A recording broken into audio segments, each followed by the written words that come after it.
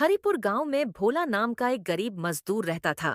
वह दिन रात साहूकार के यहाँ काम करता था, लेकिन उसकी भगवान शंकर में अटूट श्रद्धा थी। भोला का नियम था कि काम से लौटने के बाद चाहे कितनी भी थकान हो, वह रोज मंदिर जाकर शिवलिंग पर एक लोटा जल जरूर चढ़ाता था। एक बार भारी बारिश के कारण भोला बीमार पड़ गया और कई दिनों तक काम पर नहीं जा सका।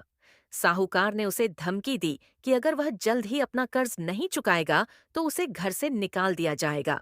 भोला बहुत दुखी हुआ और उसने अपनी पत्नी से कहा कि वह मंदिर जाकर शिवजी से प्रार्थना करेगा।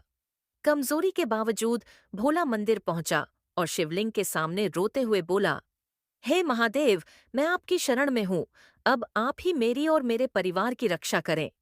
उसी रात गांव में एक अजनबी सेठ और सेठानी आए। उन्होंने भोला के घर जाकर कहा कि वे दूर के रिश्तेदार हैं और भोला का सारा कर्ज चुकाना चाहते हैं। उन्होंने भोला को धन दिया और कहा कि वे कल सुबह वापस आएंगे।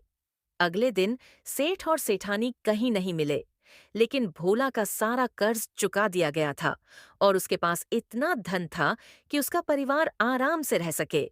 भोला समझ गया कि ये और कोई नहीं बल्कि स्वयं भगवान शिव और माता पार्वती थे, जो उसकी सच्ची भक्ति से प्रसन्न होकर उसकी मदद करने आए थे। उस दिन से भोला ने अपनी भक्ति और श्रद्धा कभी नहीं छोड़ दी और वह हमेशा सुखी रहा।